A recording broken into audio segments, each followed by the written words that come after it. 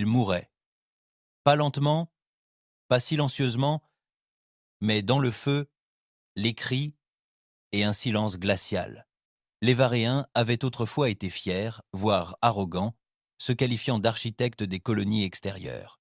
À présent, leur cité flottait en ruine au-dessus d'un monde rouge et fissuré. Une planète étranglée par un siège trop long et trop brutal. Et la galaxie? Elle observait. Personne n'a aidé, ni le consortium d'Elari, avec ses flottes construites grâce au travail volé, ni les Sindari de haute naissance qui considéraient la souffrance comme une statistique. Les Varéens avaient autrefois fait bonne figure au Conseil des mondes. Mais lorsque les Krells s'étaient abattus sur eux comme des loups, tous leurs prétendus alliés ont tourné la tête. Ils ont accusé les Varéens de les avoir cherchés. Ils disaient ne pas être assez stratèges pour défendre leurs propres frontières.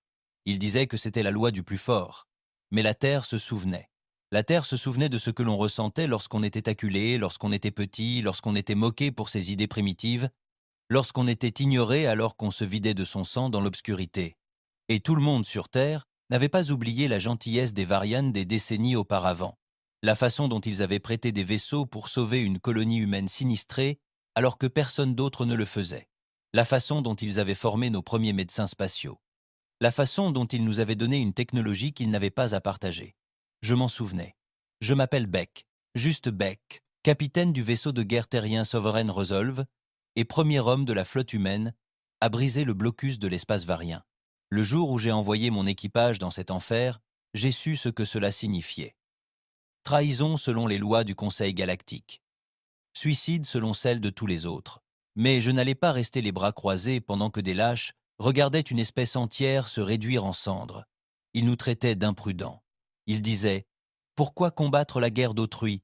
Mais je m'en fichais. J'avais combattu lors des rébellions de poussière noire sur Terre. J'avais vu des enfants cracher du sang à cause de ce que les planètes riches appelaient la pression économique. Et je n'allais pas laisser l'histoire se répéter, pas tant que j'étais encore aux commandes d'un vaisseau. Nous avons franchi le périmètre dans une dérive froide, enveloppée de silence. Les Krells ne s'attendaient pas à la présence d'humains. Nous ne faisions pas partie de l'élite militaire du Conseil. Nous n'étions pas stratégiquement importants. C'était leur erreur. Nous avons détruit le premier croiseur Krell avec des torpilles IM. Ses boucliers ont crépité comme du verre brisé. 2 autres vaisseaux ont suivi. Mon officier d'armement, Decker, hurlait les coordonnées tandis que ses mains saignaient sous la chaleur des consoles défaillantes. L'équipage se battait comme s'il avait quelque chose à prouver, car nous en avions. Dans les communications, nous entendions les appels de détresse variens. Des signaux faibles, interrompus, noyés dans les parasites, nous sommes en train de mourir. De l'aide? S'il vous plaît. Et c'était tout ce dont nous avions besoin. Nous avons largué des provisions à la surface sous le feu ennemi, des packs d'oxygène, de la nourriture, des caisses médicales. Nous n'avions pas grand-chose, juste ce que nous pouvions transporter. Mais pour eux, c'était comme de l'or. Ils nous appelaient des anges, des héros. Nous n'étions pas des héros. Nous n'étions pas des héros. Nous étions juste en colère. Et puis quelque chose s'est produit, quelque chose d'inattendu. D'autres vaisseaux humains nous ont rejoints. Pas des vaisseaux militaires, des cargos, des charognards, de vieux mineurs aux moteurs rouillés, des équipages civils n'ayant rien à gagner, mais tout à perdre. Ils sont sortis de nulle part, contournant les blocus et larguant de l'aide partout où ils le pouvaient. L'un d'eux a même peint un message sur leur coque à grands coups de bombe de peinture. « Nous sommes à vos côtés », a remarqué la galaxie. Le Conseil a proféré des menaces, nous a traités d'insurgés, de pirates. Ils ont dit que nous déstabilisions la paix, comme si la paix était réelle lorsqu'elle ne protégeait que les puissants. Mais nous n'avons pas arrêté. Nous n'avons pas demandé la permission. Nous étions humains, et nous nous souvenions de ce que l'on ressentait lorsqu'on était abandonné à la mort. Et c'est peu, être pour cela qu'à cet instant, alors que notre vaisseau tournait autour de la capitale varienne en flammes, la défendant de toutes nos forces, l'humanité ne se battait pas seulement pour elle. Nous nous battions pour ce que nous étions, pour ce que nous refusions de devenir. Et pour une fois, les étoiles résonnèrent de quelque chose de plus que le silence. Leurs cris de défi résonnaient. La passerelle du Sovereign Resolve empestait la sueur, le sang et l'isolation brûlée. Notre coque gémissait sous chaque coup, chaque virage, chaque bond désespéré à travers les champs de plasma. Mais nous étions encore en vie, tout comme les variants à la surface. Pour l'instant, capitaine, dit Decker d'une voix rauque dans un micro de communication fissuré. On a perdu les propulseurs d'aération tribord. Les commandes manuelles ont grillé. La barre tourne avec une compensation à moitié bâclée. Combien de temps allons-nous pouvoir manœuvrer? Il m'a regardé comme si je lui avais demandé si les rochers pouvaient saigner. On roule à la force du courage et à la prière, monsieur. C'est bien. Maintenez le cap. Je me fiche qu'il faille scotcher les commandes pour y arriver. Il hocha brièvement la tête et retourna à sa console. Ses mains saignaient encore. Pas le temps de les bander. Pas le temps de faire quoi que ce soit. Il nous restait 30 minutes avant que le prochain escadron Krell n'attaque notre position. J'avais une décision à prendre. Le prochain escadron Krell attaquerait notre position. J'avais une décision à prendre. Une décision que j'espérais ne jamais avoir à prendre. Devons-nous enfoncer plus profondément et risquer de perdre le vaisseau? Ou tenir le coup et attendre les renforts, s'ils arrivent? J'ai ouvert un canal privé vers les ponts inférieurs. Mon ingénieur en chef, Ramos, a capté le deuxième signal. Quelle ampleur? Ai-je demandé. Pire que vous ne le pensez. L'énergie primaire est épuisée, les cœurs de fusion sont instables et les boucles de refroidissement montent en flèche. Si elles se rompent, nous serons une véritable boule de feu. Je me suis frotté la tempe. Et si on éjectait le noyau? On perdait alors nos boucliers. Et si on les perdait en étant encerclés? Il n'eut pas besoin de finir sa phrase. Nous savions tous les deux ce que cela signifiait. Stabilisez-le du mieux que vous pouvez. Je n'ai pas fini. Il y eut un silence. Moi non plus, monsieur. Quand la ligne fut coupée, je fixai le hublot. Varian Fou flottait sous nous tel un cœur ensanglanté, son atmosphère striée de cicatrices noires. Les villes brûlaient dans des nuages cramoisis tourbillonnants, leurs lumières vacillant comme des braises mourantes. Chaque fois que je regardais, cela me rappelait la terre pendant les révoltes de la poussière. Le ciel était étouffé par les cendres, les bâtiments s'écroulaient, les gens réclamaient de l'eau qui n'arrivait jamais. L'histoire ne se répétait pas. Elle recyclait simplement la douleur sous des noms différents. Les transmissions entrantes se rétablissaient, dit Decker. L'écran vacilla, et pour la première fois depuis le début de ce cauchemar, je vis le visage d'une dirigeante varienne. Sa peau était d'un bronze mat, gravé d'écailles. Un œil était injecté de sang et l'autre gonflé et fermé. Mais elle avait toujours l'air fière. « Capitaine humain, dit-elle d'une voix rauque, vous défiez les vôtres. Pour nous, j'ai hoché la tête. Vous avez autrefois sauvé notre colonie mourante. J'ai hoché la tête. Vous avez autrefois sauvé notre colonie mourante. Nous nous en souvenons. Elle sourit amèrement. Votre courage vous coûtera tout ce qui vaut la peine d'être fait. Elle pencha la tête comme pour m'étudier. Nous avons rassemblé ce qui reste de notre commandement. Nous avons un avant-poste fonctionnel dans l'hémisphère sud. Une base de lancement sous les anciens canyons de glace. Si nous pouvons y amener les blessés, nous pouvons en évacuer certains. Combien? Pas assez. Je serrai la mâchoire. Nous vous aiderons à y arriver. Ce serait un suicide. Je me penchai en avant. Madame, nous avons dépassé le suicide il y a 10 heures. Elle hocha la tête. Plus de paroles inutiles. Alors que la ligne était coupée, je me tournai vers mon officier des communications. Faites passer le message aux autres, tous les vaisseaux terriens, civils ou non. Il hésita. Monsieur, ce ne sont pas des soldats. Ce sont des humains, ça suffit. Il hocha la tête, les doigts dansant sur sa console. Le message que nous avions envoyé était bref, direct et sans équivoque.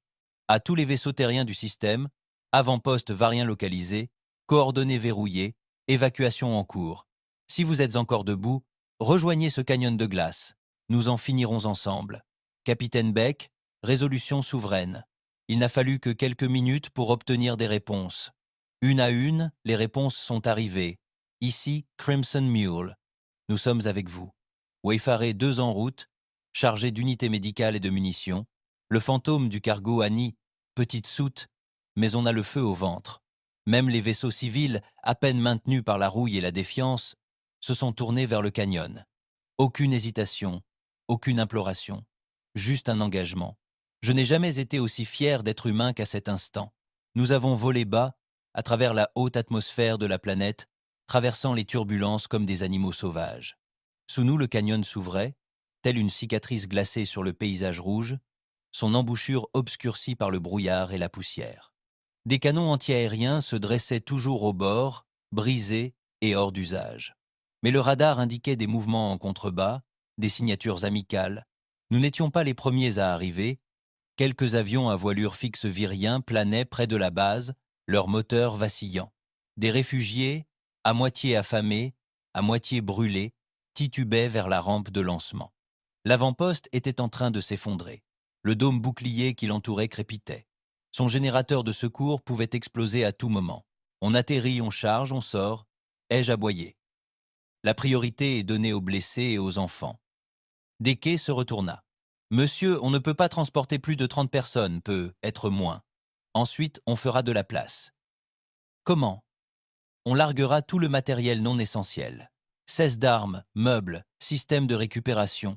Bon sang, balance ma foutue couchette par le sas s'il le faut. Je le pensais vraiment.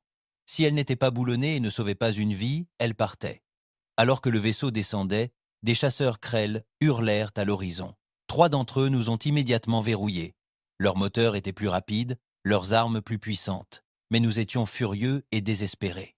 Nous avons pivoté en plein vol et largué des contre-mesures, lançant une salve de leurres. 2 missiles ont touché des leurs. L'un d'eux a arraché notre aile. Le Sovereign Resolution a tremblé comme s'il allait se briser en deux. Des étincelles ont jailli sur le pont. Descoeur a crié quelque chose à propos de stabilisateur. Je n'ai rien entendu. Mes oreilles ont bourdonné. Mais nous ne nous sommes pas écrasés. Nous avons dérapé sur la plateforme de l'avant-poste, comme un ours ivre sur la glace, percutant un réservoir de carburant et brisant la trappe latérale. L'équipage est tombé. Moi aussi. Nous avons atterri en courant, armes au poing. L'infanterie Krell arrivait déjà de l'est du canyon. De longs et maigres salauds aux yeux de verre vert et aux fusils à faire fondre les os. J'ai abattu le premier à 10 mètres. Mon fusil a sifflé et a tremblé dans ma main. Du sang, ou ce qui pouvait passer pour du sang Krell, a éclaboussé mon armure. Ramos tenait une arme de poing dans une main et une clé à molette dans l'autre. Monsieur, le noyau tient encore. De justesse, mais on n'aura pas de deuxième lancement. Alors il n'en faut qu'un. Il hocha la tête et disparut dans le vaisseau. Derrière nous, des civils affluaient dans la cale. Des enfants variens s'accrochaient à leur mère, leurs petits visages maculés de cendres et de larmes séchées. Les médecins soulevaient des civières. Certains blessés n'atteignirent pas la rampe avant de s'immobiliser. Nous les perdions. Rapidement, un autre vaisseau humain atterrit à côté de nous, le fantôme d'Annie. Sa coque semblait avoir été construite avec des pièces détachées de voitures et de vieilles portes de grange. Mais elle n'hésita pas non plus. Son équipage, 4 hommes et une femme, se déversa et commença à attraper les réfugiés comme des marchandises, les tirant vers un endroit sûr. Un sniper Krell en abattit un tir en pleine tête. Ils les ont mis en sécurité. Un sniper Krell en a abattu un d'une balle dans la tête. Il s'est effondré. Personne ne s'est arrêté, pas même son frère, qui s'est contenté de saisir son fusil avant de continuer à le charger. C'est ainsi que les humains se battent, mêlant rage et chagrin. Nous avions pris la majeure partie du canyon lorsque les Krell ont envoyé leurs gros canons. Un véhicule terrestre, massif et blindé, roulant comme une usine mobile, a survolé la crête et a ouvert le feu. Notre ligne de défense improvisée a disparu d'un seul coup. Nous avons perdu 8 personnes. Beck, il nous faut un soutien aérien, a crié Descoeur dans les communications. Il n'y a pas de soutien, ai-je crié. C'est nous le soutien, bordel. Puis je l'ai vu, une vieille tourelle lance-missile, à moitié enfouie sous la glace. Peut être 50 ans, rouillée et inutilisée, mais peut être. Ramos, va à cette tourelle sur la crête et essaie de la refaire. Monsieur, je suis ingénieur, pas. Aujourd'hui tu es artilleur. Il courut. Le crawler s'approcha. Les unités Krell le suivaient comme des cafards, leurs armes sifflaient et criaient. Le canyon résonnait du fracas de la catastrophe. Et puis, un bourdonnement sourd, un cri strident, un coup soudain, la tourelle fit feu. Ce n'était ni précis, ni élégant, mais c'était bruyant et sacrément efficace. Le missile percuta le flanc du crawler, l'envoyant rouler contre la paroi du canyon. Une boule de feu jaillit de son noyau, engloutissant la moitié de la crête. Le Krell recula. J'avais du mal à y croire. Notre équipage applaudit. Certains tombèrent à genoux. D'autres pleuraient. L'air sentait la cendre, le pétrole et la survie. Nous n'avions pas le temps de nous reposer. Les blessés étaient encore en train de charger. Le temps que nous fermions l'écoutille, le Resolve comptait 42 âmes à bord, 12 de plus que ce que nous pouvions gérer. Peu m'importait. Nous avons décollé, les moteurs arrière crachant des étincelles. Alors que nous montions dans la stratosphère, le Conseil a finalement agi. Un message a clignoté sur nos communications. Vous violez le protocole de guerre interstellaire. Reposez-vous ou vous serez pris pour cible. Je l'ai regardé fixement, lu 3 fois. Puis, j'ai craché par terre et coupé les communications. Ils pouvaient nous traiter de traîtres, de terroristes, d'idiots, mais pour ces enfants à l'arrière de mon vaisseau, nous étions humains, et cela signifiait quelque chose. Nous restâmes silencieux pendant un long moment.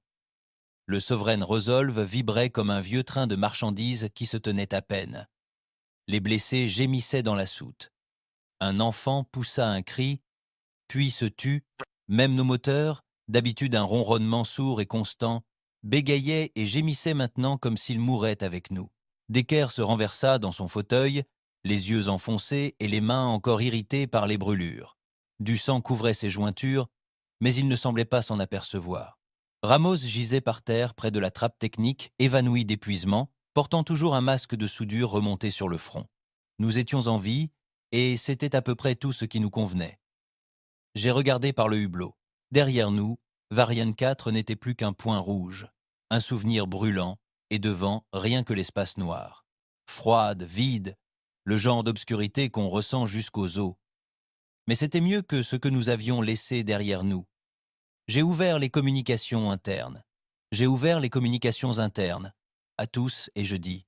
Ma voix était dure comme du papier de verre. Bon travail. Reposez-vous si vous le pouvez. Mangez si vous en avez besoin.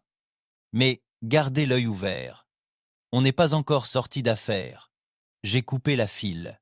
Où allons-nous ? Demanda Decker sans me regarder. Nulle part en sécurité.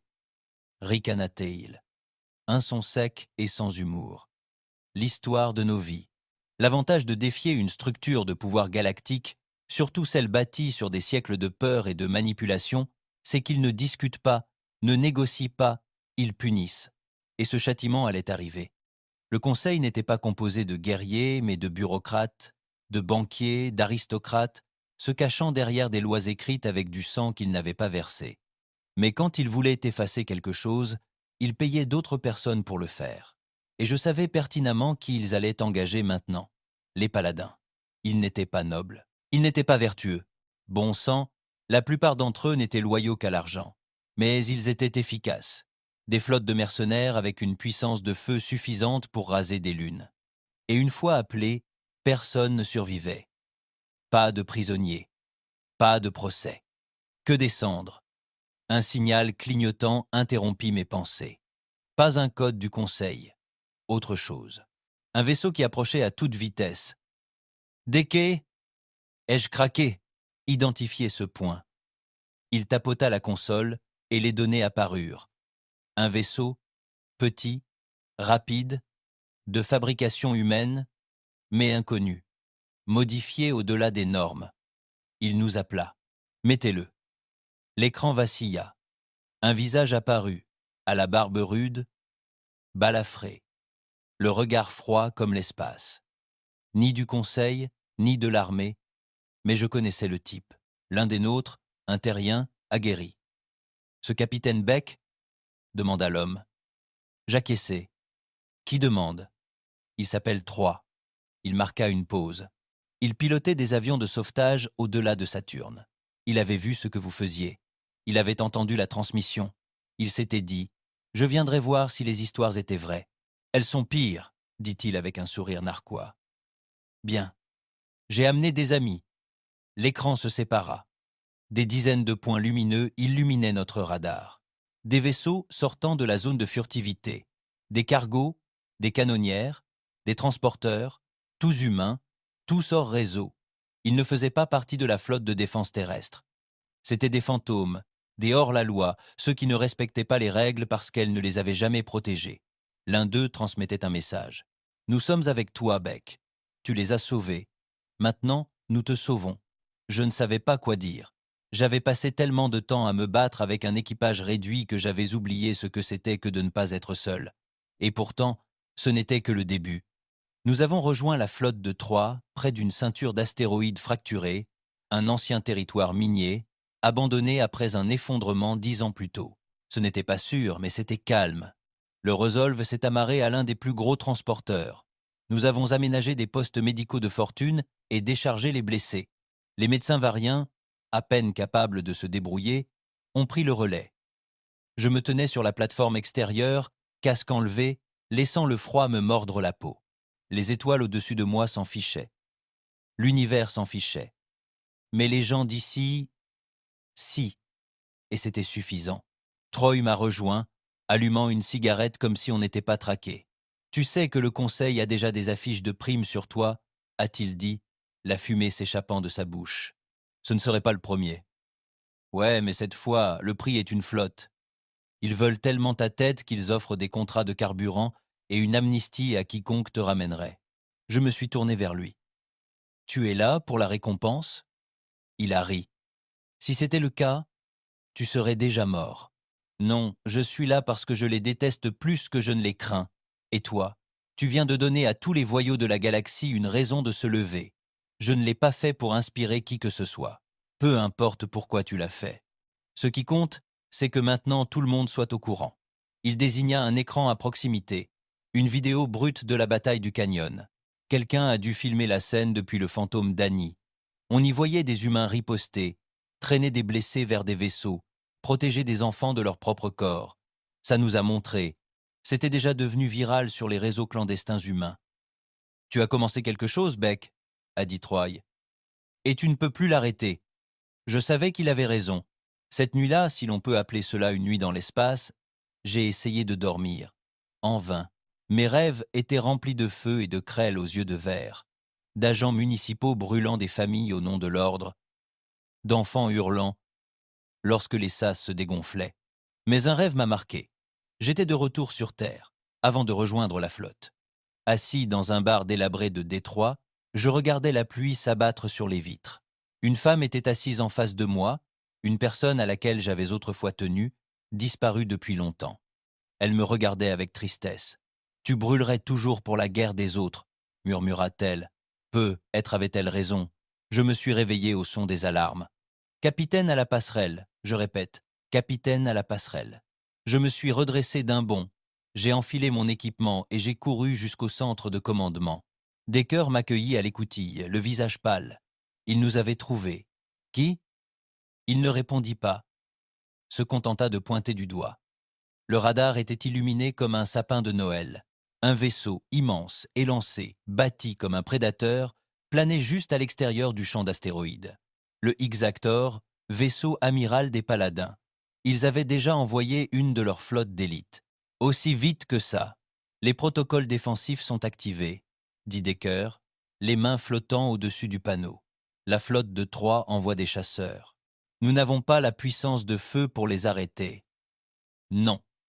Nous tenons la ligne quand même. La puissance de feu pour les arrêter. Non. Nous tenons la ligne quand même. Il sourit entre ses dents. Bien sûr que si. La voix de Troie résonna dans les communications. Nous avons affronté pire que ces connards de mercenaires. Montrons-leur de quoi les humains issus des bas-fonds sont capables. J'ai ouvert un canal vers tous les vaisseaux. Ici le capitaine Beck.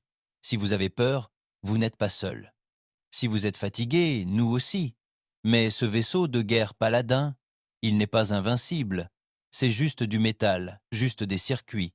Il saigne comme tout le reste, et il brûle comme l'enfer quand on le frappe droit. Je marquai une pause. Ils veulent faire de nous un exemple, alors donnons-leur une sacrée histoire à raconter. La bataille commença quelques secondes plus tard. Des drones de chasse s'enfoncèrent dans le champ d'astéroïdes. Des tirs déchirèrent la roche. L'explosion fit s'écrouler Debray. Le Sovereign Resolve lança ses torpilles restantes, frappant fort et rapidement, avant de disparaître à couvert. On s'est battu avec acharnement, sans formation, sans hiérarchie, juste pour survivre. Mais les paladins ne savaient pas combattre le chaos. Ils étaient entraînés à écraser des armées, pas des insurgés, pas des civils en colère qui n'avaient rien à perdre. Et on les a fait saigner. Le fantôme d'Annie a percuté de plein fouet l'un de leurs croiseurs, faisant exploser son noyau et emportant 10 drones ennemis avec lui. Aucun survivant. Il le savait dès le départ. Un enfant, à bord d'une plateforme minière modernisée, a détruit une canonnière Paladin en simulant un signal de détresse, puis en enfonçant une perceuse à plasma dans sa coque alors qu'il tentait de monter à bord. Ce n'étaient pas des guerriers, c'étaient des humains, et ils étaient en colère. Mais l'exacteur n'a pas bronché. Il a déclenché une explosion qui a détruit 3 de nos vaisseaux en quelques secondes. Aucun avertissement, aucune pitié. On perdait du terrain. « Beck, on ne peut pas tenir le coup !» cria Decker. « Ils sont trop forts. Je serrai les poings. Regardez les enfants variens blottis près de l'infirmerie, les volontaires en sang qui travaillaient d'arrache-pied pour sauver des inconnus. » Puis je fis un choix. « Connecte-moi au commandant des paladins. » Decker hésita. « Sérieux ?» Maintenant, l'écran vacilla.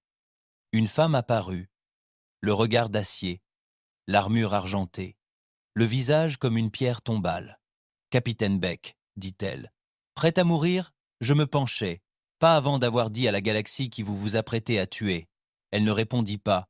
Je continuai. « Vous ne faites pas exploser de vaisseaux de guerre.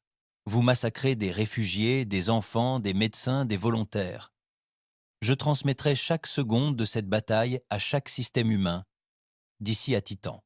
Chaque vaisseau fidèle au Conseil qui vous soutient portera cette honte comme un insigne. » Sa mâchoire se serra. « Cette guerre est plus grande que vous, Beck. » »« Non, grognai-je. Elle est plus petite. C'est un vaisseau, un choix. Et en ce moment même, la galaxie vous observe. » Elle le fixa du regard. Puis la ligne fut coupée. Un silence, puis le silence. L'acteur X cessa de tirer et battit en retraite. Nous n'avions pas gagné, pas vraiment, mais nous avions survécu. Et parfois, c'est la seule victoire qu'on puisse obtenir dans une galaxie aussi cruelle. Le silence après la bataille n'est jamais paisible. Il est tendu, creux, comme un souffle retenu trop longtemps, prêt à se briser. Nous avons vu l'acteur X disparaître dans le noir, ne laissant derrière lui que métal calciné et cadavres à la dérive. La moitié de notre flotte avait disparu. Le fantôme d'Annie était poussière spatiale. 3 avions de transport civil avaient été percés, aucun survivant, et les rares encore en vol étaient à court de carburant, de munitions ou des deux. Troy se connecta à la passerelle du Sovereign Resolve, l'image tremblante, la joue fendue et ensanglantée. « Elle recula », dit-il d'une voix rauque. Mais n'allez pas croire que c'était une reddition. Ils se regroupent. C'était un avertissement. J'ai hoché la tête, et nous l'avons entendu haut et fort. Et maintenant, Beck ? Cette question pesait plus lourd que n'importe quelle balle. Nous étions désormais des fugitifs. Tous les navires qui nous avaient aidés, même ceux qui ne faisaient que livrer de la nourriture, étaient marqués. Personne ne pouvait retourner dans les ports du Conseil. Pas d'accostage, pas de commerce, pas de réparation, pas sans être arrêté, exécuté ou les deux. Exécuté ou les deux. Et pourtant, nous avions amorcé quelque chose. Sur les chaînes indépendantes, les récits de notre résistance se répandaient comme un virus que le Conseil ne pouvait contenir. Vidéos, fuites audio, interviews de survivants. Les gens ne se contentaient pas de regarder. Ils choisissaient leur camp. « J'ai 32 nouveaux navires qui demandent un rendez-vous », m'a dit Decker. Tous terriens, certains des anneaux de Mars, d'autres des colonies d'astéroïdes. Prêts au combat ? La plupart ne le sont pas, mais ils arrivent quand même. Bien sûr qu'ils l'étaient. Le Conseil avait régné d'une main de fer pendant trop longtemps. L'oppression était un poison lent. Et nous venions de déclencher la première vague de vomissements. L'humanité voulait maintenant purger tout le système. Mais la rébellion n'avait rien de romantique. Elle était laide. Et bientôt, elle deviendrait personnelle. J'ai convoqué une réunion sur le pont inférieur du Resolve, ce qui était autrefois notre soute, à moitié transformée en salle de guerre temporaire. Des hologrammes scintillaient au-dessus de nos têtes, cartes du système, itinéraires de ravitaillement, listes de réfugiés. Des équipages épuisés se tenaient autour des caisses, certains encore bandés, d'autres encore boitants. Troy était assis sur un tonneau en acier, les bras croisés, la mâchoire serrée. « Nous avons perdu trop de monde », commençai-je, et d'autres arrivent. Mais il ne s'agit plus seulement de survie. Des murmures, des hochements de tête, quelques regards sceptiques. Il s'agit de montrer à la galaxie que l'humanité ne s'incline pas devant les lâches, que nous ne tournons pas le dos lorsque des vies innocentes sont brûlées par commodité. Nous en avons assez de regarder, assez d'obéir. Une femme de Wayfarer, 2 secondes avant ça, plus âgée, le visage marqué par les cicatrices de la guerre. Alors, quel est le but? On continue à tirer jusqu'à ce qu'ils nous atomisent? Non, dis-je. On ne survivra pas à ça en attendant qu'ils nous coincent. Il nous faut un moyen de pression. Il nous faut une voix assez forte pour que même le Conseil ne puisse la faire taire, grogna Troy. Et où trouver ça?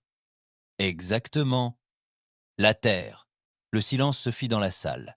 Je laissai le mot planer, lourd comme une arme chargée. La Terre siège toujours au Conseil. Ils prétendent être neutres, mais ils ont toujours joué sur les 2 tableaux. Nous leur forçons la main. Si la Terre nous soutient, d'autres suivront. Colonies, systèmes voyeux, mondes marginaux, nous ne serons plus seulement des rebelles. Nous serons un mouvement. Quelqu'un ricana. La Terre ne risquera pas la guerre. Ils y sont déjà, rétorquai-je. Ils ne l'ont juste pas encore admis. J'évoquais un hologramme de l'orbite terrestre. Réseau de satellites, stations militaires, balises commerciales, c'était toujours la planète la plus surveillée et la plus protégée du secteur. Mais elle avait des faiblesses, notamment en politique. Il y a un homme au sein du Conseil civil de la Terre qui s'oppose depuis longtemps au Conseil des mondes, continuai-je. Le directeur Arvin Rowe, de formation militaire, a perdu sa fille lors d'un bombardement autorisé par le Conseil sur Zeta Prime. Il est une épine dans le pied de ces derniers depuis des années. Decker inclina la tête. Alors, on demande de l'aide? Non, dis-je. On lui apporte des preuves, que le Conseil a abandonné les Véréens, qu'ils ont tenté de tuer des réfugiés, qu'ils ont ordonné aux paladins de tirer sur des civils, et nous le faisons devant la population de la Terre. En direct, Troy se pencha en avant. Vous voulez faire entrer un criminel de guerre en douce dans la capitale de la Terre et le faire avouer en direct? Pas en douce. L'y traîner enchaîné. Nouveau silence. Et qui va parler? Demanda Decker. Qui va risquer sa vie aussi loin dans l'espace ennemi? Moi. Toutes les têtes se tournèrent. Decker fut le premier à parler. Beck? Non. C'est moi qui ai commencé. Je porte la charge. Je leur fais face. Tu entres dans la capitale terrestre avec une cible sur le dos. Tu ne dépasseras même pas l'orbite. Ils te grilleront avant même d'atteindre l'atmosphère. J'ai souri d'un air sombre. Pas si j'apporte le bon colis. Troy a compris le premier. Tu parles d'un prisonnier. J'ai hoché la tête. Les paladins ne cesseront pas de nous traquer, alors on en prend un, on l'interroge, on enregistre tout, puis on le livre à la Terre avec un message que l'humanité n'oublie pas et qu'on ne pardonne pas. Ce plan était une folie, mais une folie capable de briser les systèmes. 3 jours plus tard, nous avions une piste. Un vaisseau courrier paladin, rapide et légèrement blindé, transportant les journaux cryptés de la dernière escarmouche. Nous l'avons intercepté près des anneaux de Verdun neuf. Une embuscade courte et brutale. Nous avons désactivé les moteurs et abordé avant que l'équipage ne puisse s'autodétruire. Un seul officier a survécu à sa capture. Le commandant Ned Voss, arrogant et au sang de glace, se croyait intouchable. On l'a enfermé dans une cellule blindée à bord du Resolve. Pas de luxe, pas d'avocat, juste la vérité. Je suis entré seul, lumière tamisée, enregistreur en marche. Tu vas sur Terre, lui ai-je dit. Vivant, il a souri. Tu crois que tu survivras au-delà de l'orbite avec moi à bord? Non, je sais que j'y arriverai. Parce que tu vas m'aider. Il a ricané. Et pourquoi diable ferais-je ça? Je me suis penché vers lui, la voix calme, neutre, dangereuse. Parce que j'ai vu ce que vous, bande de salauds, faites aux planètes que vous n'aimez pas. J'ai entendu les cris des colonies minières jugées inefficaces. Et j'ai vu des enfants s'étouffer avec l'aspirateur parce que vous vouliez un rapport sans tache. Son sourire narquois s'estompa. Tu crois que la galaxie se soucie de ces gens? Dit-il en ricanant. Ce sont des déchets, remplaçables. Tu risques tout pour les insectes. Non, dis-je. Je mets fin à tout pour des hommes comme toi. Non, dis-je. Je mets fin à tout pour des hommes comme toi. Puis j'ai appuyé sur la console et j'ai écouté les journaux de bord de son propre navire. Ordre de commandement, canot du conseil, une seule voix, claire comme le jour. Recourir à une force écrasante, pas de survivants, pas de témoins. L'expression du salaud se fissura. Pour la première fois, j'ai perçu la peur. « Tu ne m'emmènes pas sur terre, dit-il. Tu fais de moi un bouc émissaire. Non, rectifiai-je, je te fais une preuve. Sur ce, je fis demi-tour et sortis. Nous décollâmes 2 jours plus tard, un petit vaisseau. Stealth Corps, sans armes, juste moi, Decker et le prisonnier, sous sédatif et enchaîné à une chaise gravitationnelle. Nous avons quitté l'orbite terrestre en approchant silencieusement, masqués par les interférences solaires. Bien sûr, ils ont fini par nous voir. Leur commandement orbital a dépêché des chasseurs. Nous n'avons pas fui. Nous avons transmis une émission en direct, cryptée, mais à large bande. Le genre de signal auquel tous les réseaux d'information et les chaînes civiles ne pouvaient résister. Peuple de la Terre, dis-je en fixant l'objectif. Vous avez entendu les rumeurs. Maintenant, écoutez la vérité. J'appuyais sur lecture. Les journaux, les images, les confessions, les réfugiés hurlants, les ordres du paladin, la retraite de l'exactor, tout ça. Le flux était brut, sanglant, réel, et la Terre la gobait. Nous avons été interceptés avant l'atterrissage, sortis sous la menace d'une arme. Mais j'ai vu l'hésitation dans les yeux des soldats. Ils n'étaient plus certains que nous étions des ennemis. La vérité avait révélé quelque chose. Ils ne nous ont pas tués. Ils nous ont livrés aux autorités municipales. Mais à ce moment-là, le mal était fait. Des émeutes ont éclaté en quelques heures. Les manifestations pacifiques se sont transformées en blocage. Les représentants terriens du Conseil furent hués hors des salles publiques. Rowe fit sa première déclaration publique en 3 ans. Si le Conseil n'a pas honte, alors la Terre doit avoir le cran de se tenir debout. Lorsqu'ils m'ont jeté en cellule, j'ai su que nous avions allumé la mèche. La cellule était petite, sans fenêtre ni bouche d'aération visible. Les lumières ne baissaient jamais, la température ne changeait pas. Et le silence me pesait sur les poumons. Ce n'était pas une cellule de prison. C'était une salle d'attente pour une exécution. J'étais assis par terre, le dos contre les murs froids en alliage, essayant de ne pas dormir. Je n'avais pas fermé l'œil depuis plus de 30 heures. Pas depuis notre arrivée sur Terre, livrée comme une relique à un gouvernement déchu. Mais l'épuisement était synonyme de rêve. Et les rêves étaient synonymes de cris, de planètes brûlées, de flottes anéanties, d'enfants agonisants. Je ne voulais pas de ça. Un léger bourdonnement rompit le silence. La porte s'ouvrit. 2 hommes entrèrent. Pas d'uniforme, pas de nom. Mais je reconnaissais le genre. Agent de sécurité du bureau, costume gris, yeux stériles, armes visibles et intentionnelles. L'un d'eux parla. Debout. Je restais immobile sans un mot. Ils m'escortèrent à travers des couloirs blancs et stériles, de longs couloirs courbes, sans panneaux, sans direction. Seul le bourdonnement des machines et le scintillement occasionnel des drones de surveillance au-dessus de nos têtes. Nous arrivâmes devant une large porte. Elle s'ouvrit sur une pièce digne d'un musée d'entreprise. Une longue table en obsidienne, 8 chaises, des projecteurs bourdonnant dans les coins, des vitres de surveillance derrière. On sentait la présence des observateurs, même si on ne les voyait pas. Au bout de la table était assis le directeur Arvin Rowe. Il paraissait plus âgé que la dernière fois que je l'avais vu sur une chaîne. Peau pâle, cheveux gris et coupe courte à la militaire. Son regard, pourtant, était toujours d'acier, toujours aussi perçant. Il ne se leva pas. « Capitaine Beck », dit-il en désignant la chaise en face de lui. « S'il vous plaît. » Je m'assis. L'agent resta derrière moi, immobile. Rowe se pencha en avant, les mains jointes. « J'ai vu tout ce que vous avez transmis, » dit-il. « Les images, les enregistrements, les aveux. Je ne dis rien. Je l'avoue, tu es soit l'homme le plus stupide que j'ai jamais vu, soit le plus courageux. Peut être les deux. » Il esquissa un léger sourire, mais il n'atteignit pas ses yeux. « Tu sais ce qui se passe devant ce bâtiment ? » Non, des villes brûlent, des manifestants ferment des gares ferroviaires. Des ambassades ont été incendiées dans 2 grandes capitales.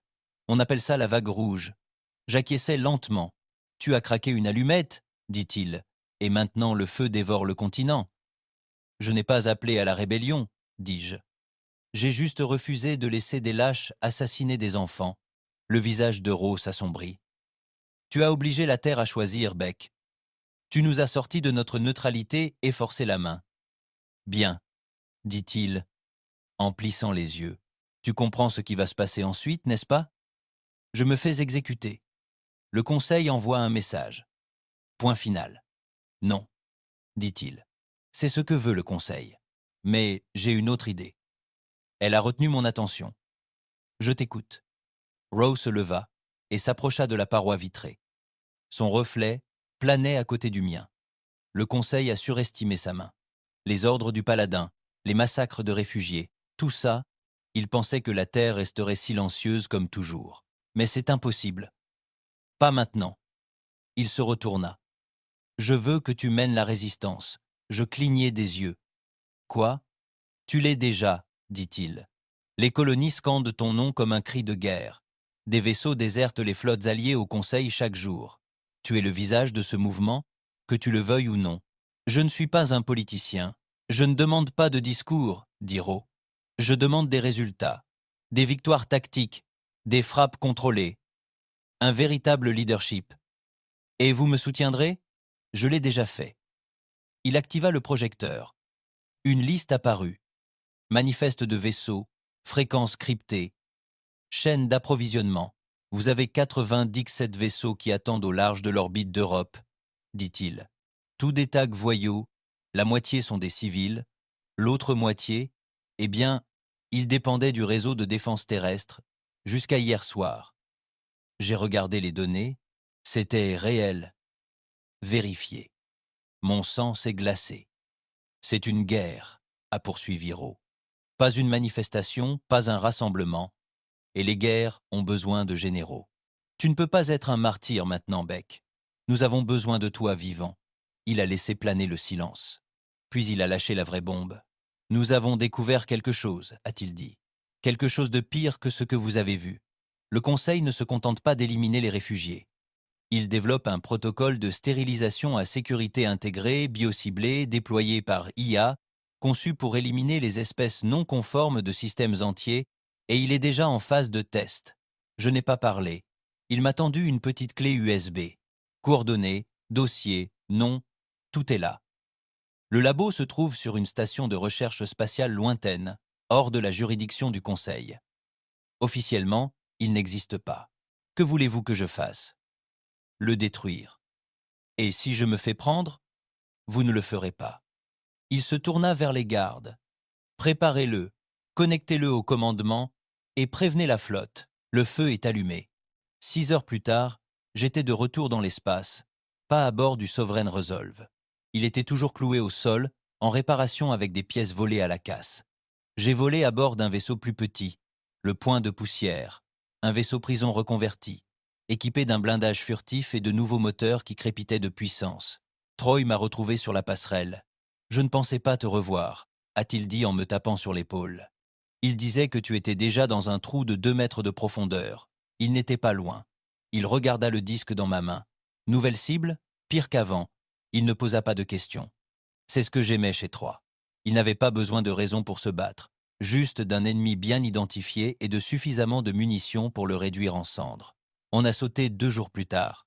Les coordonnées nous ont conduits vers un système inerte. Pas de soleil, pas de planètes habitables, juste des rochers et de la poussière gelée. La station de recherche planait en orbite autour d'une lune brisée. C'était un endroit épuré, stérile, silencieux.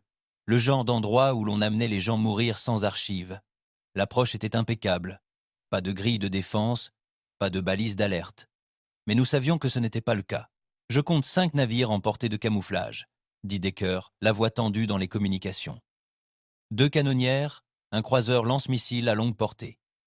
Ils attendent. Alors on ne frappe pas, dis-je. Croiseur. Ils attendent. Alors on ne frappe pas, dis-je. On a rapidement abandonné la furtivité. Brouillage des signaux, tir d'IEM, avant que la station puisse appeler des renforts. Les canonnières ont pris la première vague, secouées par notre surprise. Le croiseur a viré trop lentement. Nous sommes montés à bord de la station par une soute décompressée. À l'intérieur, c'était l'enfer.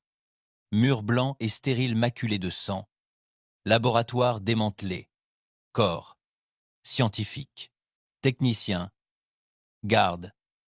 Tous exécutés. Que diable s'est-il passé ici? Chuchota Troy. Nous avons progressé plus profondément. Les noyaux de données étaient toujours actifs. Les salles d'expérimentation toujours alimentées. Et puis nous l'avons trouvé. La chambre, des rangées de capsules de verre, des centaines, à l'intérieur. Pas des cadavres, pas des extraterrestres, des humains, mal nourris, injectés, marqués avec des étiquettes de données. Niveau d'agression, réponse aux mutations, taux de résilience. Ils testaient le protocole sur notre propre peuple. C'est impossible, dit Decker en reculant. C'était réel. J'ai accédé à l'ordinateur central et les fichiers ont été décompressés en quelques secondes. Le Conseil avait autorisé le projet Lustrum il y a près de 10 ans, un système de sécurité préventive contre le génocide destiné à être utilisé en cas de rébellion, conçu pour être spécifique à chaque espèce, invisible et irréversible. Et il était testé sur des prisonniers politiques et des prisonniers de guerre. Il ne s'agissait pas seulement des Varéens. Il commençait à s'échauffer. L'humanité était la suivante. J'ai tout téléchargé, effacé les sauvegardes, installé des charges thermiques sur chaque console. Alors que nous sortions, le premier sujet de test survivant a ouvert les yeux. Une fille peut être dit à 7 ans. Les os tranchant sous sa peau. Sa voix était sèche comme la cendre. Sommes-nous libres ? J'ai dégluti. Pas encore. Mais on y arrive. Nous sommes rentrés sur Europe avec les preuves. Rowe a rendu l'affaire publique en quelques minutes. Cette fois, il n'a pas demandé la permission. Ce n'est plus de la diplomatie. C'est de la survie. Le Conseil ne négocie pas avec la résistance. Il la stérilise. Mais nous ne sommes pas des insectes. Nous ne sommes pas des erreurs dans leur système. Nous sommes l'humanité. Et nous ne nous en allons pas en silence. La Terre s'est retirée du Conseil cette nuit-là. 3 autres mondes ont suivi en quelques jours. Et les premières batailles officielles de la guerre d'indépendance humaine ont commencé. Mais je n'ai pas fêté ça. Je restais silencieux, observant les étoiles, me demandant combien de vies encore brûleraient avant que nous ne connaissions la paix. Nous n'étions plus des rebelles. Nous étions des révolutionnaires. Et la galaxie ignorait ce qui allait arriver. La guerre n'était pas arrivée avec une sirène. Elle arrivait discrètement, comme une rumeur, un murmure sur des canaux cryptés. Un convoi disparu ici. Un blocus là. Des vaisseaux qui ne répondaient plus. Des stations éteintes. Mais lorsque le Conseil lança sa première contre-attaque, plus personne n'en douta. Tout commença sur Vega 3, une colonie marchande neutre, majoritairement terrienne. L'un des seuls avant-postes encore ouverts aux vaisseaux alliés au Conseil et aux rebelles. Un endroit où les cargaisons de médicaments du marché noir transitaient par des portes dérobées et où les réfugiés affamés trouvaient au moins une bouffée d'air pur. Ils l'ont scruté en 17 minutes. Tir orbital, sans avertissement, sans déclaration. Plus de 90 000 morts. Et ils nous ont accusé les rebelles d'avoir introduit des armes par le corridor de Vega, ont parlé d'une purge nécessaire. Le message était clair. Nourrissez la rébellion, et vous mourrez avec elle. J'ai vu les images depuis l'orbite, des cendres s'élevant comme des signaux de fumée vers un dieu qui n'a jamais répondu. Les rues étaient vaporisées, les enfants gelés en plein vol par le choc thermique, et je savais que ce n'était que le début. Nous avons déplacé la flotte cette nuit-là. Tous les vaisseaux humains encore en vie ont convergé vers le champ d'astéroïdes derrière Callisto. Nos ingénieurs l'appelaient le cimetière, un labyrinthe de glace brisée et de plateformes minières effondrées 2 décennies auparavant. Parfait pour se cacher. Terrible pour le moral. Le Sovereign Resolve venait de sortir de cale sèche. Son état était pire que dans mes souvenirs, sa coque étant rapiécée avec des débris de 6 navires différents, mais il volait toujours. Decker avait révisé les systèmes internes. Ramos avait récupéré un vieux noyau d'IA d'une corvette martienne abandonnée. Il n'était pas intelligent, mais il pouvait gérer le système de survie et le ciblage. Nous avions besoin de tous les atouts. Je me tenais à l'avant de la salle de guerre. Je surveillais l'équipe. Plus de monde maintenant. Le noyau dur était toujours là. Decker, Ramos, Troy. Mais il y avait aussi de nouveaux visages. Certains jeunes, d'autres marqués, tous en colère. Je parlais franchement. Ils ont commencé à tuer des civils. Ouvertement. Sans honte. Ce qui veut dire qu'ils pensent avoir déjà gagné. Silence. Ils pensent que nous allons céder, que nous allons nous disperser, que nous sommes trop désorganisés, trop émotifs. que nous nous dévorerons les uns les autres avant même de riposter. J'ai pointé le Lockhart. Un nouvel objectif s'est allumé. Une planète industrielle appelée Narex, principale raffinerie de carburant des flottes Paladins. Elle produisait plus de 40% des cellules plasmatiques du Conseil dans l'espace lointain, protégées par 2 anneaux de défense et 3 vaisseaux de guerre. On l'a touché, murmura-t-il, quelques inspirations brusques. Ils riposteront, dit Decker. 10 fois plus, je sais. Tu es sûr que ça en vaut la peine ? Je ne suis plus sûr de rien, avouai-je. Mais chaque fois qu'on les laisse dicter le rythme, davantage de gens meurent. Troy grogna. Puis on les saigne à blanc, j'acquiesçai. On envoie un message. Ils brûlent nos civils, on brûle leur carburant. L'opération Narex était un suicide. Nous avions 40 vaisseaux. Ils en avaient le double, et des drones automatisés patrouillaient les voies d'orbite hautes.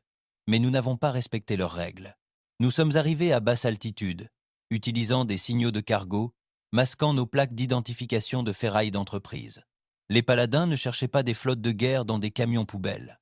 Le temps qu'ils réalisent ce qui les frappait, nous étions déjà dans l'atmosphère.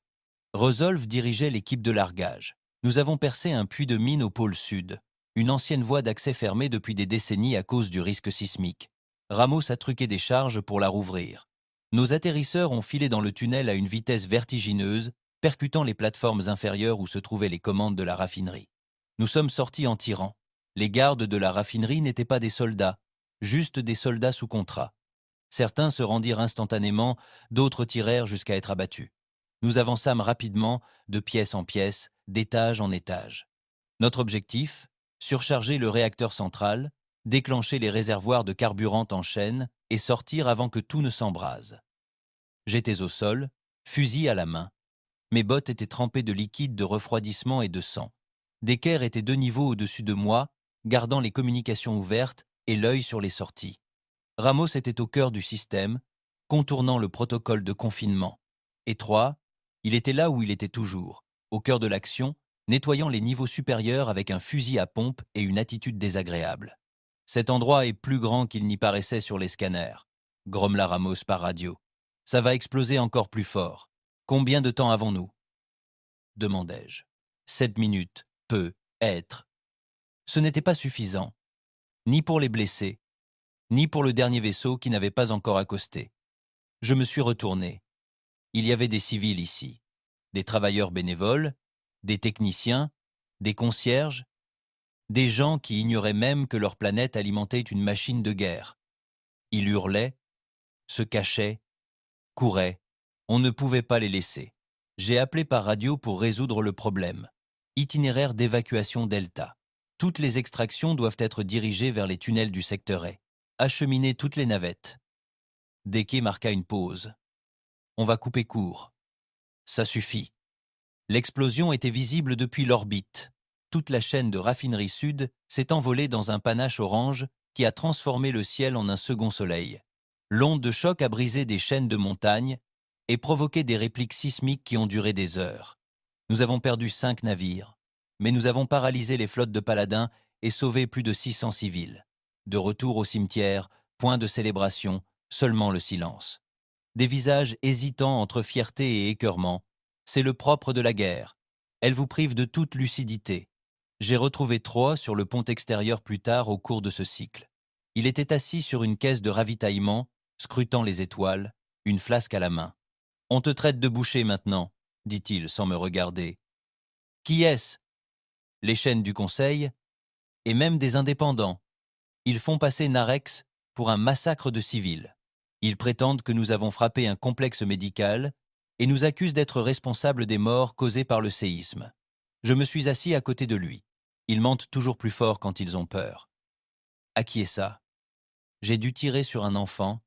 Beck, dit-il doucement, l'un des gardes ne devait pas avoir plus de 16 ans. Il ne savait même pas tenir son arme correctement, mais il l'a visé. Et j'ai appuyé sur la gâchette. Je n'ai rien dit, il n'y avait rien à dire. Au bout d'un moment, il m'a regardé. « Tu t'es déjà demandé si nous étions toujours les gentils ?» Il n'y avait rien à dire. Au bout d'un moment, il m'a regardé. « Tu t'es déjà demandé si on était toujours les gentils ?» J'ai regardé les étoiles. « Non, ai-je dit, parce que les gentils ne survivent pas à ce genre de guerre. Mais je sais qu'on est meilleur qu'eux. et parfois, c'est tout ce qu'on a. 3 jours plus tard, la Terre était assiégée. Un groupe dissidents affilié au Conseil, les gardiens du Centaure, lança une attaque surprise contre les générateurs de boucliers orbitaux au-dessus de l'hémisphère nord-américain. Ils utilisèrent un largage furtif, 2 corvettes et des codes secrets. Personne ne l'avait vu venir. 32 000 morts en 1 heure. Et ils ne s'arrêtèrent pas. Les vaisseaux du Conseil arrivèrent en orbite terrestre en moins d'1 journée. Pas encore une flotte, mais suffisamment pour déclencher une panique générale. Le gouvernement de la Terre a appelé à une mobilisation totale. Mais voici le problème. Ils ne m'ont pas demandé de revenir. Ro est resté silencieux. Le leadership de la Terre s'est fracturé. La moitié voulait continuer à soutenir la résistance. L'autre moitié voulait négocier pour limiter les pertes et laisser les colonies extérieures brûler. C'était la première fois que je les ressentis, pas de peur, pas de chagrin trahison. Nous avions tout donné, risqué des vies, libéré des prisonniers, les lignes de ravitaillement brisées, et maintenant la terre se fissurait. J'ai frappé la console de mes quartiers jusqu'à ce que ma main se fende. Ils ont convoqué un sommet, secret, hors de la planète, en terrain neutre, avec des envoyés du Conseil, des dirigeants terriens et quelques autres représentants importants du système. Et ils m'ont demandé de venir, non pas en soldat, mais en guise d'avertissement. Ils voulaient me faire parader comme un chien enragé, en disant « Regardez ce que votre rébellion a créé. Troy m'a dit de ne pas y aller. Ramos a dit que c'était un piège. Decker m'a simplement fixé du regard. Tu sais déjà que tu y vas ?» A-t-il finalement dit. J'ai hoché la tête. J'ai finalement dit. J'ai hoché la tête. Ouais. Alors prends ça. Il m'a tendu une petite puce de données. Qu'est-ce que c'est?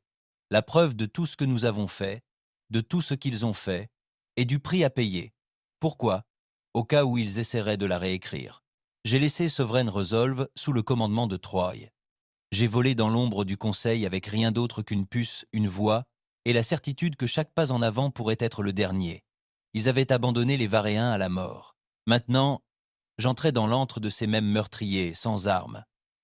Mais je n'avais pas peur, car je transportais plus que des données, je transportais les noms de tous ceux qu'ils tentaient d'effacer, et je ne les laisserais pas tomber dans l'oubli. Ils tinrent le sommet sur Cestus Prime, une station diplomatique flottant en orbite neutre. Construite il y a des siècles comme un temple de la raison, elle ressemblait à une cathédrale d'acier et de silence.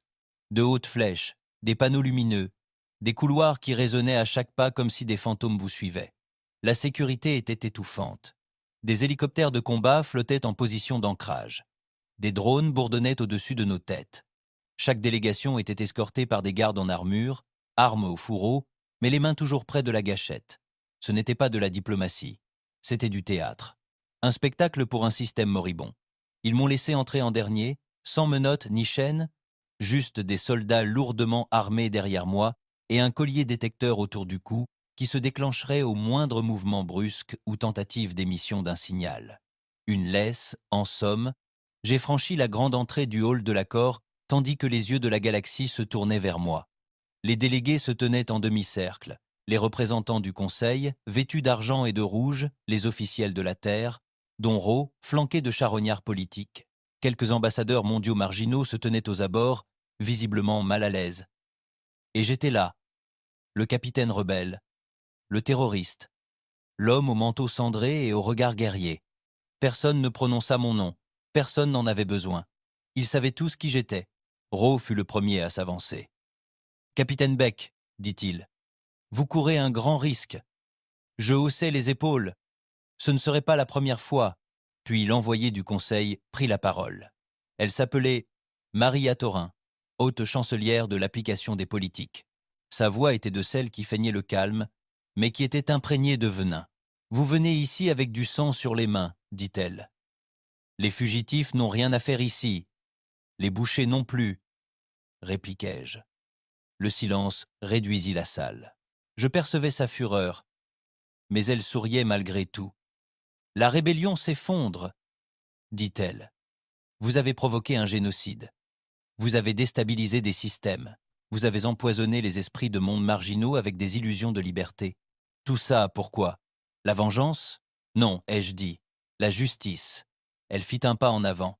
Vous avez assassiné des ouvriers sur Narex. Vous avez paralysé le commerce. Vous avez brisé la chaîne médicale du Conseil sur Cedar Ring. Vous avez entraîné l'humanité dans les ténèbres. J'ai bloqué le lecteur que Decker m'a donné. Vous voulez parler des ténèbres? Parlons du projet Lustrum, des armes biologiques, des sujets de tests torturés dans des cellules de verre sous les yeux et l'enregistrement du Conseil. Les yeux de Ro s'écarquillèrent. Thorin pâlit, un éclair. Je glissai le disque sur la table. Ceci contient tout, dis-je. Journaux, expériences, coordonnées, des ordres signés avec votre autorisation. Elle n'y toucha pas.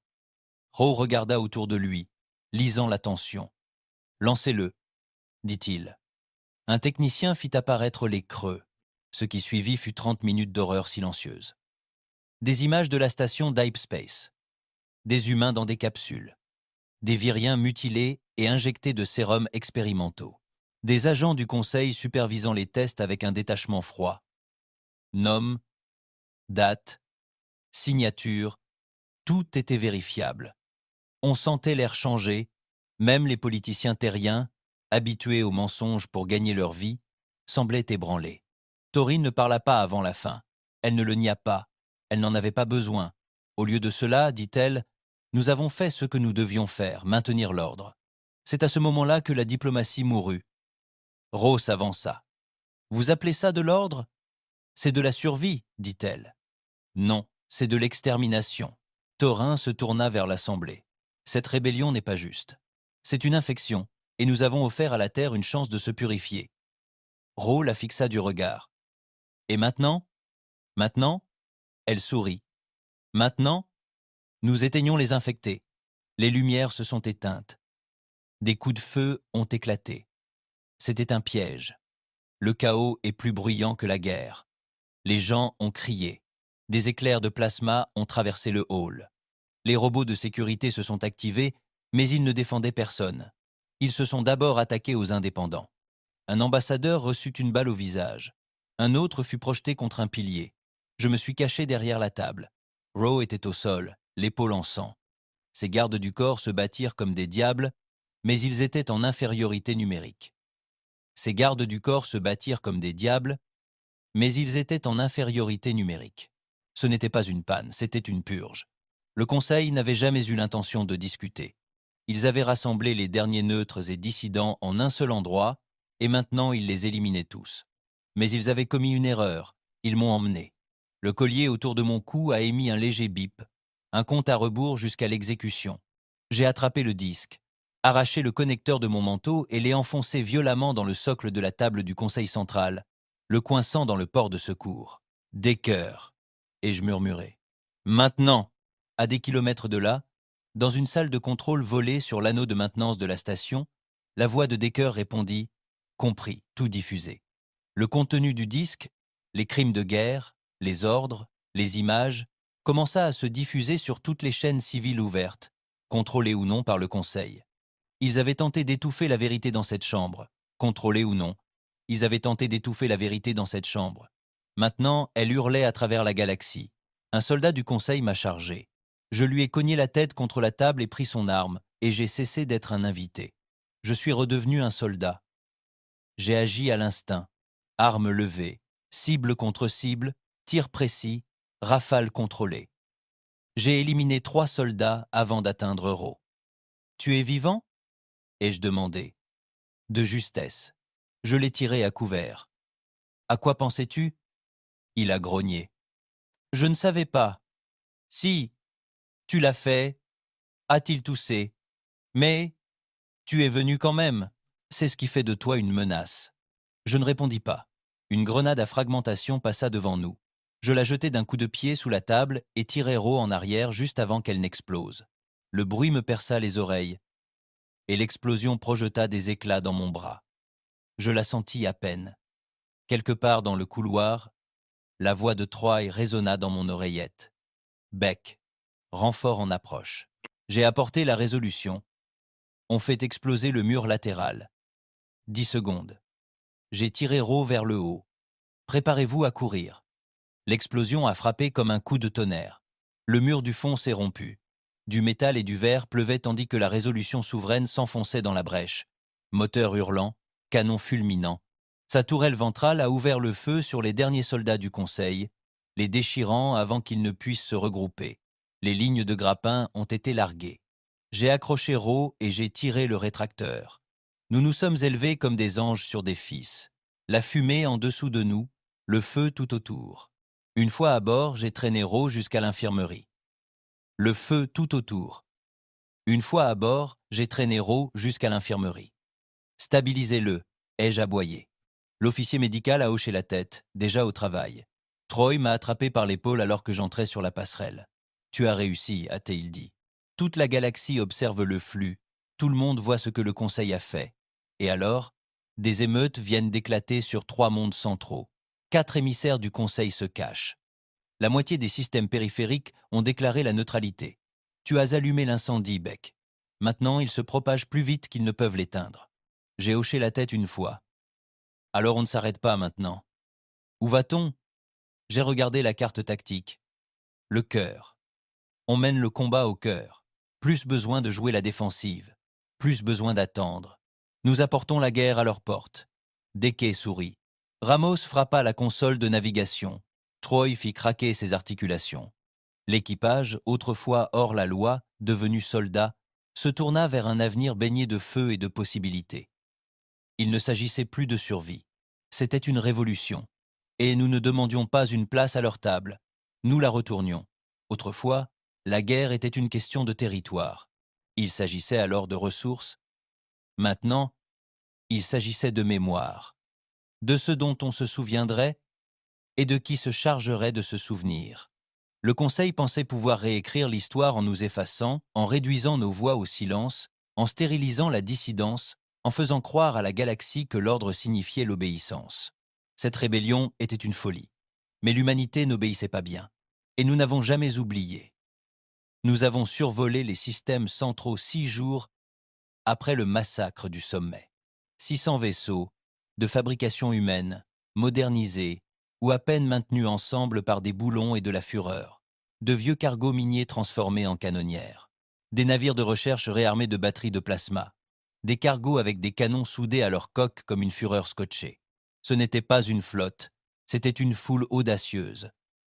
Mais nous étions en colère, ce qui nous rendait dangereux. La résolution souveraine menait la charge. Je me tenais sur la passerelle, en tenue de combat complète, les côtes encore douloureuses après l'explosion sur Cestus Prime. De l'autre côté du hublot, la planète natale du Conseil se profilait. Alrexia, le joyau étincelant de l'hypocrisie. Une planète jonchée de richesses, volée à des colonies abandonnées à l'abandon. Elle était entourée de 10 anneaux de défense orbitaux. 3 d'entre eux brûlaient déjà. La Terre s'était engagée.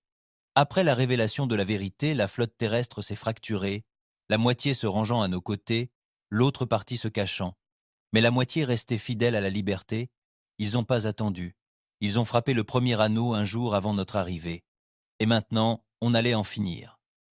Viseur verrouillé, aboya Decker. Vaisseaux ennemis en route.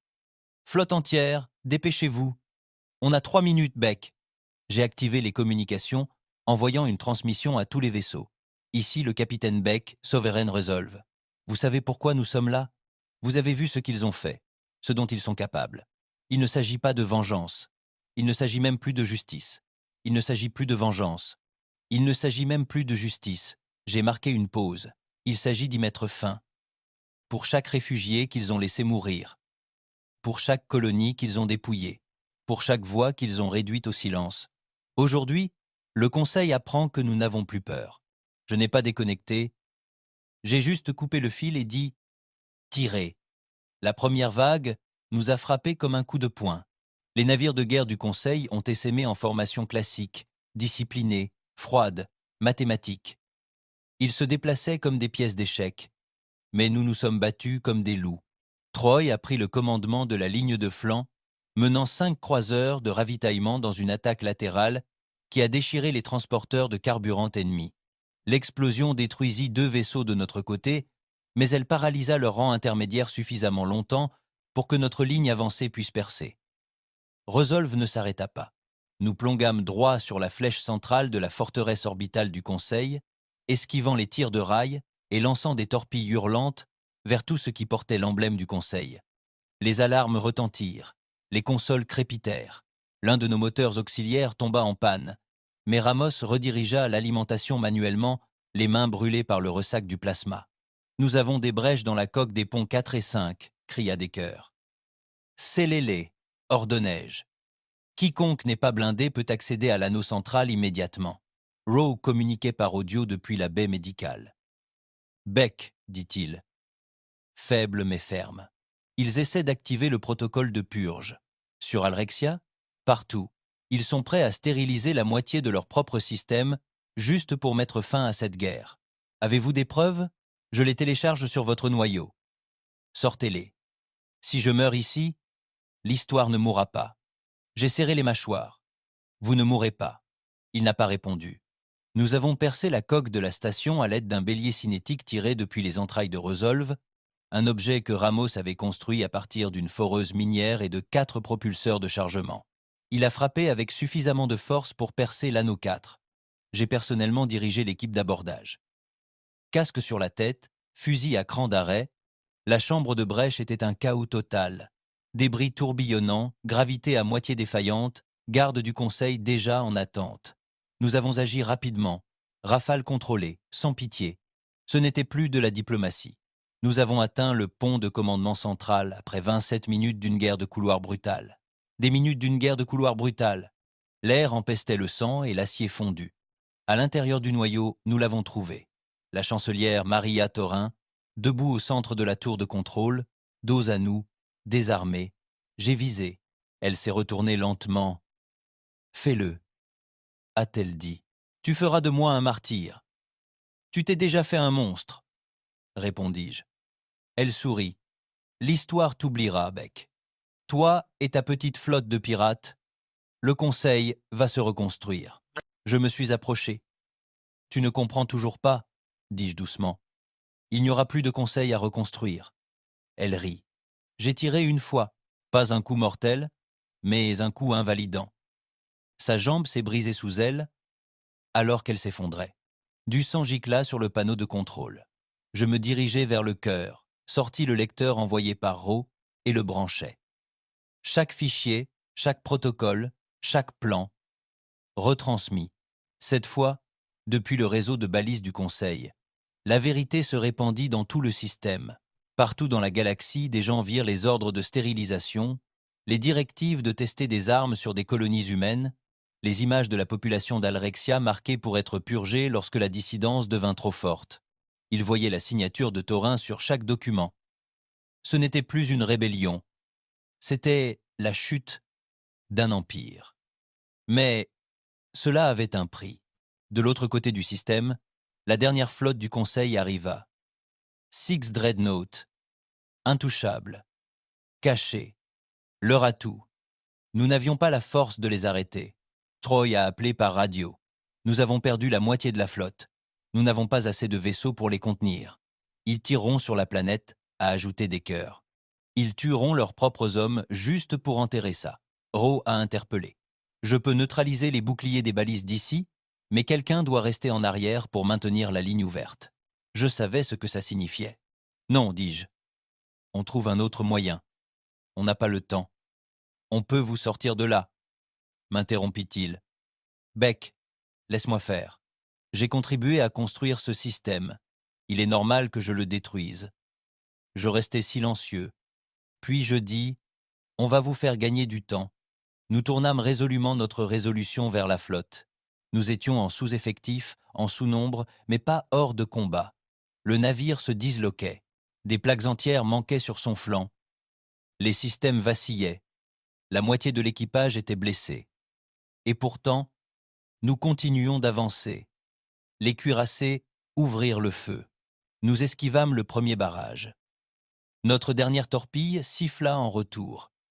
Le second barrage nous transperça le ventre. Les alarmes de décompression retentirent. J'ai été projeté contre la cloison, l'épaule disloquée. Du sang dans la bouche. Des cris derrière moi. Immobile. Nous avancions. La voix de Rowe retentit. Les lignes sont ouvertes. Ils peuvent tout voir. Tiens-les encore un peu. Je le ferai, murmurai-je. Et puis nous nous sommes retrouvés face à la mort.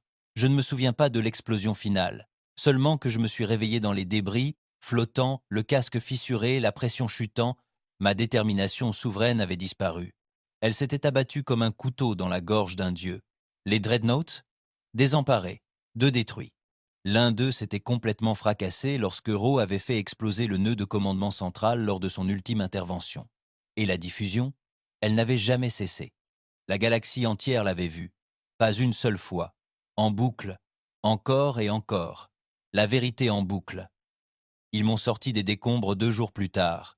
Une équipe de secours d'un vaisseau médical périphérique a trouvé ma balise dans la ceinture de débris. Ils m'ont ramené sur Terre.